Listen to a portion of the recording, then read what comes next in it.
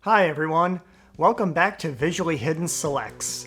I'm Peter O'Brien, and today I would like to talk to you about Interstellar from 2014, directed by Christopher Nolan and starring Matthew McConaughey, Anne Hathaway, Jessica Chastain, and Michael Caine.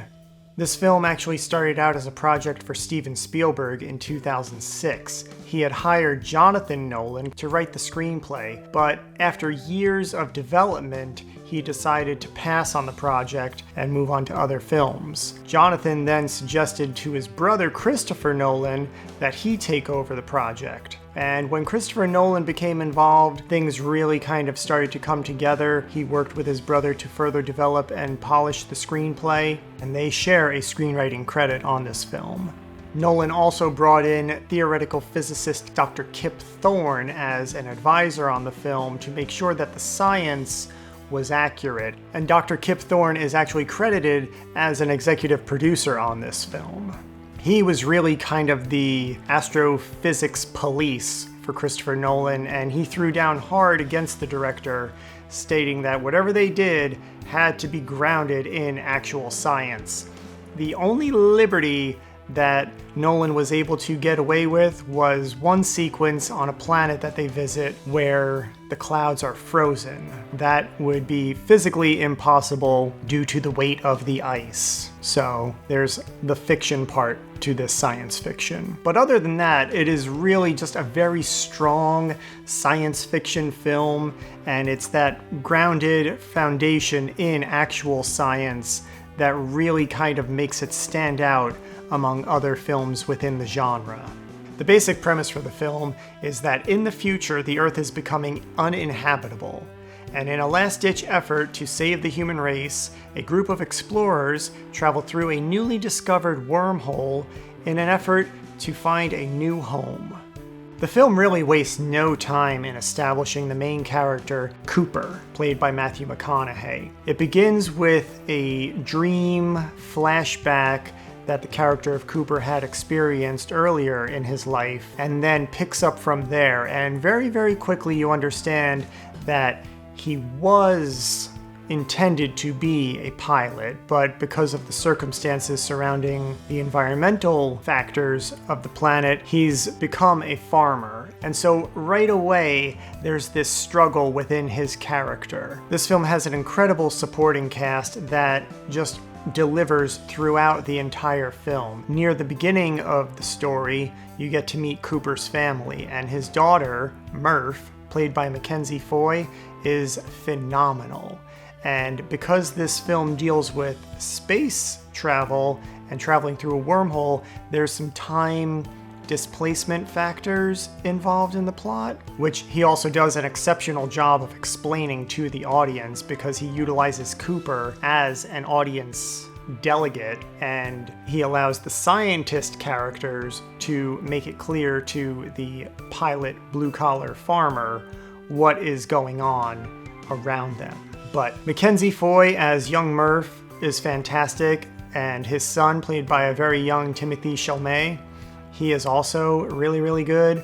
And a lot of other faces turn up throughout the entire film. Some of them are pretty big names, and they all just kind of play their role to perfection. And that is kind of another trademark of Christopher Nolan, is the ensemble. Of course, he has the main character, the protagonist, but it's really an ensemble cast that comes in and out of the story to help facilitate it.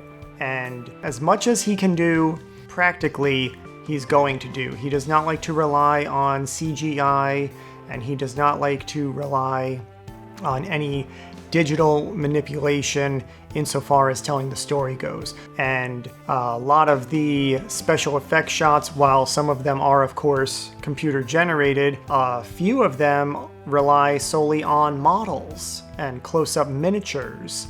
And that is kind of also a throwback to 2001: A Space Odyssey, which was a big influence on this film as well in terms of the filmmaking and just doing things practically in camera.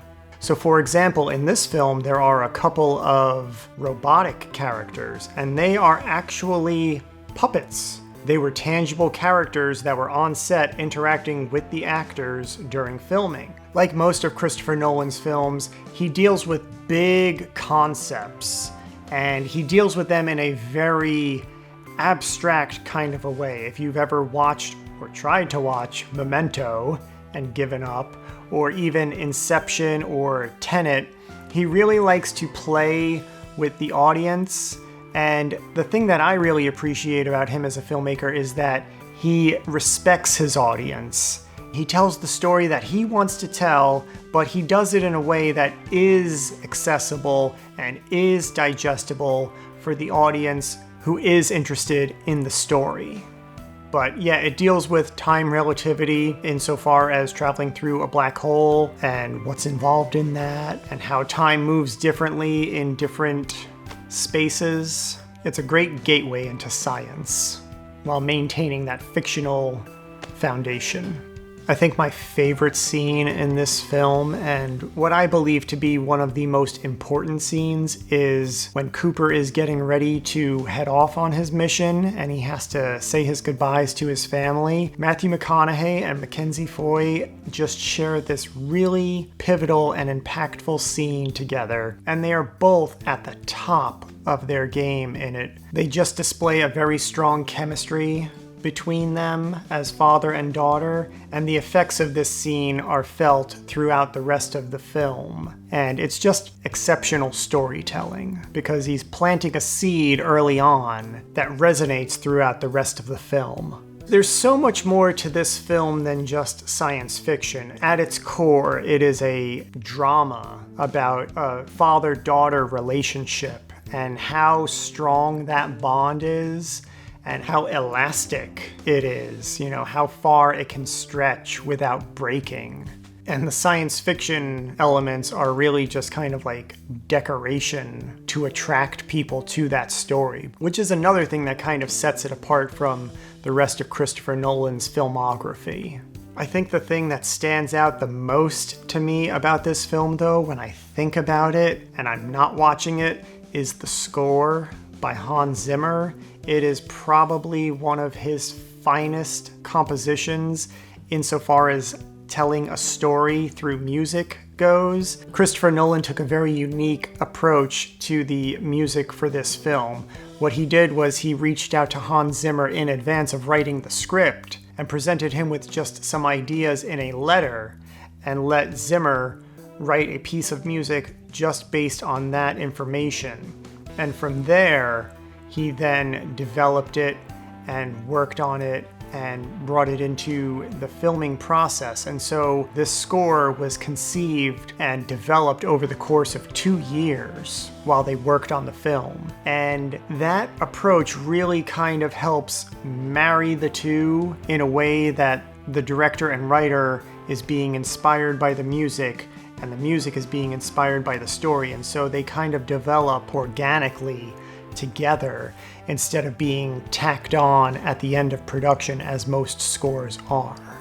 I know Christopher Nolan is really highly regarded as a contemporary filmmaker, and for me, this is probably his finest film, and it is definitely my favorite of his films, and probably my favorite film of the last 10 years, if I'm being completely honest.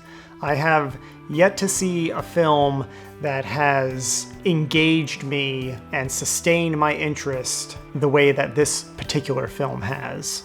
So that's it for Interstellar. I really hope you like this recommendation, and please don't forget to subscribe so you don't miss any future selections. If you do check out Interstellar, please leave us a comment and let us know what you think of the film. We will be discussing it at length on the next Visually Hidden Selects podcast, so please tune into that. And until next time, see ya!